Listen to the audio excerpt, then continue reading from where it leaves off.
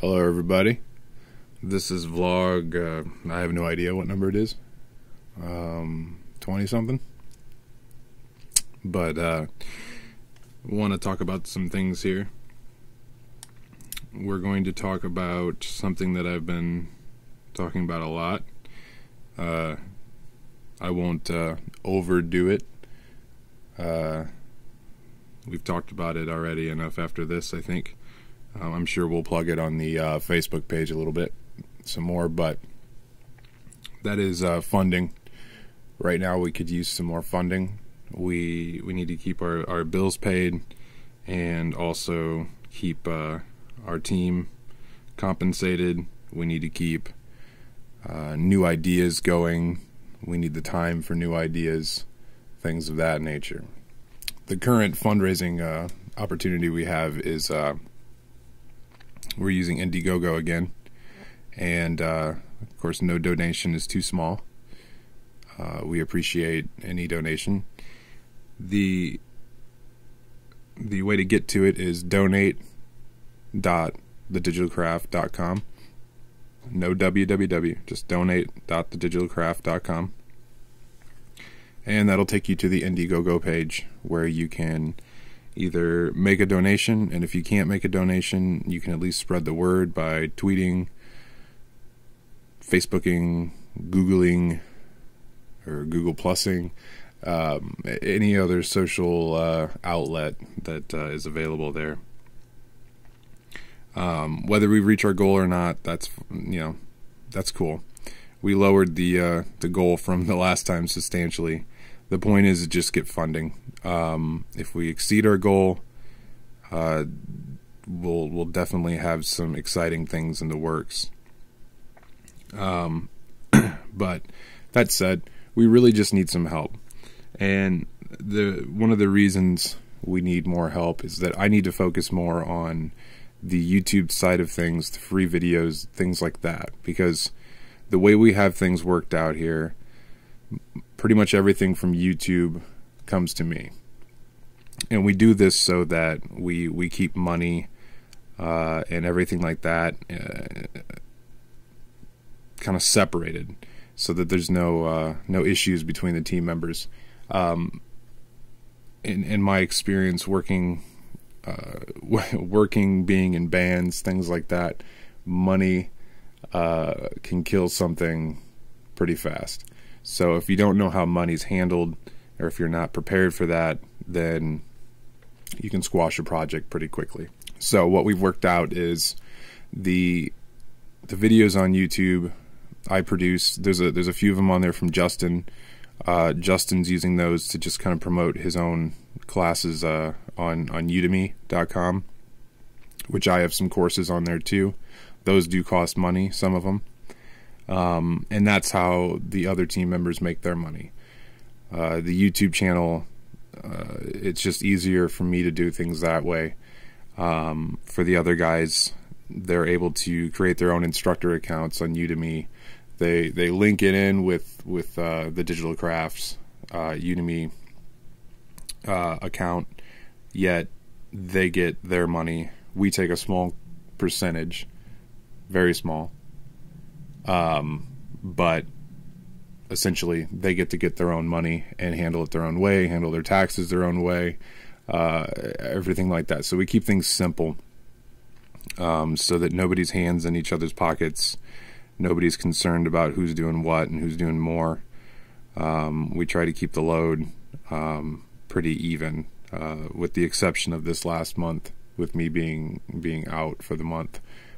Justin kind of took the reins there. So I hate the word kudos, but kudos to him. I think he's taking a break right now, actually. Now the other thing is private sessions, and I keep looking up at the monitor, but I should be looking at the camera. Anyways, private sessions is pretty much me. Justin was going to do them, but then we killed the booking system we were using, and until we get another booking system up, I'm not sure what he's going to do. But the private sessions are still active. I do a lot of sessions every week, mostly repeat people or referrals. If anybody's interested in doing private sessions, my schedule's still pretty open.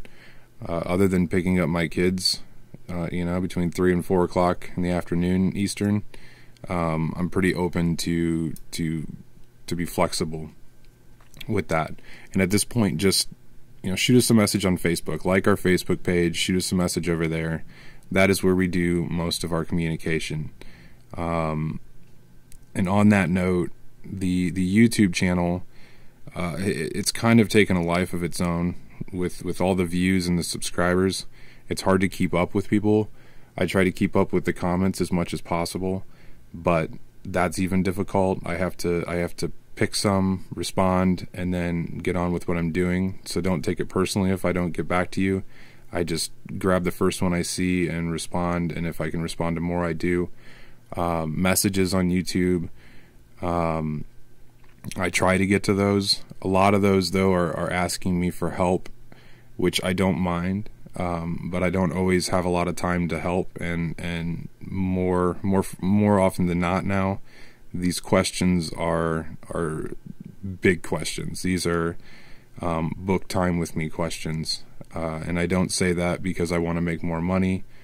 I mean, it would be nice, but these questions are not questions I can answer just simply on within a message. It would require one-on-one, over the phone, over the internet, communication, sharing screens, things like that. So don't be offended if I don't get to those. If you really need help, like I said, get a hold of us on Facebook, figure out a time that we can meet. We do everything through GoToMeeting, so you don't need to actually have a microphone headset with your computer. You just need a computer with the internet and a phone. You can connect with the microphone and headset, but if you want to, there's also a conference line you can call into. So don't be afraid of that you don't have the right material to do that. But I can't stress enough that I feel really bad because I get a lot of requests for help, but they just really exceed what I can do, either in a message or just with the time I have. So please try to take advantage of the private lessons, even if you're just going to do an hour just to get a little insight. Go for it. If it becomes a long-term thing, even better. I guarantee you'll benefit out of it. So long story short, until we get a new booking system up, get a hold of us on Facebook. Either myself or Justin or Jack will get a hold of you. Most of these, are directed at me, but if I don't get to answer your message right away, one of those will, and they'll let me know to get a hold of you guys. So that's that. Private sessions, fundings crossed off the list. New recruits. Right now we're 3 strong. It's myself, Justin, and Jack. Jack's pretty busy with university right now over in the UK. Justin's been working his tail off, and but we could use some more people. Those 2 guys are really good at working with me on social networking, promotion, things like that. We could definitely use some more hands with that. That requires some serious trust. We've built a pretty good friendship, across the country and across the globe between the 3 of us. So there's some trust there when handling the accounts and information that goes along with that task. So while we would welcome people that are willing to put in some time for that. More than anything, though, we're looking for more instructors, and not just instructors, and actually not really instructors that teach what I teach or teach what Justin teaches or what Jack is teaching. So we're looking more for people who teach either elements of what we do that we don't teach, things like ASP and other avenues. We teach PHP, MySQL, HTML, CSS, and Justin handles the computer repair and maintenance and speeding things up, things like that. So we have that covered, and we don't really want to step on each other's toes. We're doing a really good job of kind of separating out who's teaching what. So, like I said, we're looking for more people who can do graphic design, which I'm going to be doing more of, but I mean, that is a huge, huge field. I mean, there's illustration, graphics, photo manipulation, layout, things like that. So there's a lot of opportunity there. So that's something we're looking for. And then other people who teach the other side of what we don't do, the ASP, Python, VB, other programming languages like Java, app development, things like that, and even things outside of this realm. We're really not here just to teach computer, digital craft. That is definitely where we like to stick with, but I mean, things relative to that, advanced math, scientific related things, things people have interest in, and those who we do recruit, then you would set up a Udemy account and you can start making courses there. You can decide if they're free or not, or if you want to charge for them. And like I said, charging for them, you get to pick your price. We get a small cut. We get a 10% cut, which really at the end of the day is only a few dollars, depending on how much you charge for your course. And how much you charge for your course often has something to do with how many people take your course. So basically, to the percentage we take is just to use the name, The Digital Craft, to keep more funding coming into us so that we can keep things going, keep the bills paid. I'd really love to be getting the bills paid for The Digital Craft from the Udemy proceeds, and keep my own income to also help the Digital Craft, but keep a roof over my head. And same with the other guys, their Udemy courses and things like that. That's for their own income and to do with what they want. And again, that's how that's how we keep things simple. We are all in control of our own money, our own profits and things like that. I'm the one who's in charge of paying the bills and keeping this thing afloat. And right now, that's why the fundraising thing would be great. We're really trying to keep everything afloat, get the stress of the expenses off our back for a little bit, so we can continue to focus on getting free content out on YouTube, because that's where I prefer to be. That is my focus. My focus is doing more series, doing series that are in depth, like I've already done, and completing them in a timely manner without having to take breaks in order to take care of other things, because I'm also in charge of anything administrative, and so my time can get ate up pretty quick. But that's where I'd prefer to stay. I love Udemy, and I'm going to do more courses on Udemy, but to me, YouTube is awesome. I get to get free information out and make money from the people that have the money to give me money, which are the advertisers. So in my mind, that's the perfect situation. I've learned that a lot over the years. When I was running a local music website, the question came up, do we charge people to make music profiles, the musicians to make music profiles? And this was at the same time MySpace was big. And I brought up, there's no reason to. No one's going to want to do that. It doesn't benefit anybody, any of the musicians, to come here and pay us money for something they're already getting for free. Target the venues, target the people that actually have the money, not to take their money, not to steal their money, not to rip them off, but because they have the money. So you go for the people that have the money. And that's why I like YouTube.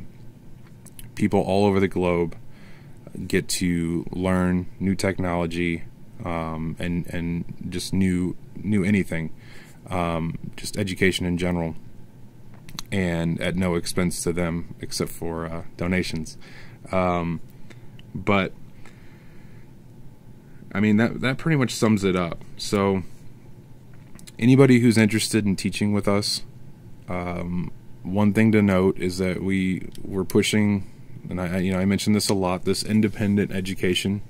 We kind of coined that term in the acronym IOIE, Institutes for Independent Education, and that's what we are. We want to make an environment and a resource for the instructors to come and teach the way they like to teach, the way they want to teach, what's comfortable for them, and then without all the politics and policies and restrictions, curriculum that comes with working in a university or grade school, whatever. So there's that benefit for that, and then it also benefits the students, the people viewing the videos or taking the courses on Udemy. They can pick and choose. Not everybody's going to like your teaching style, and that's fine. That's the whole point of independent education. Learning outside of or in tandem with the universities, the colleges, depending on the terminology where you're at in the world. But either way, it's a great experience. It's really a pseudo, or at least the way I call it, it's a pseudo passive income.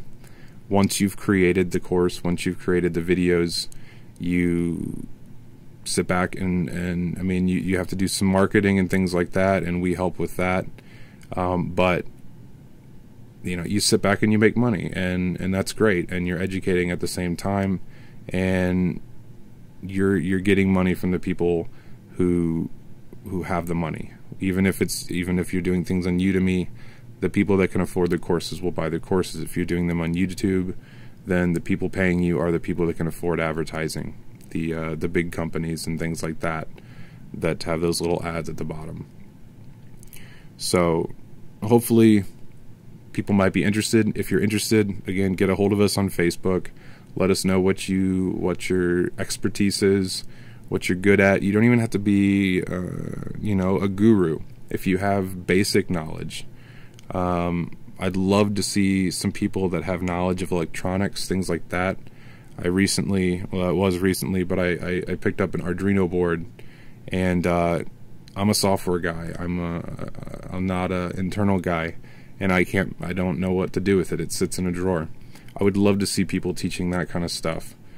What can you do with these Arduino boards, or just boards in general, and electronics?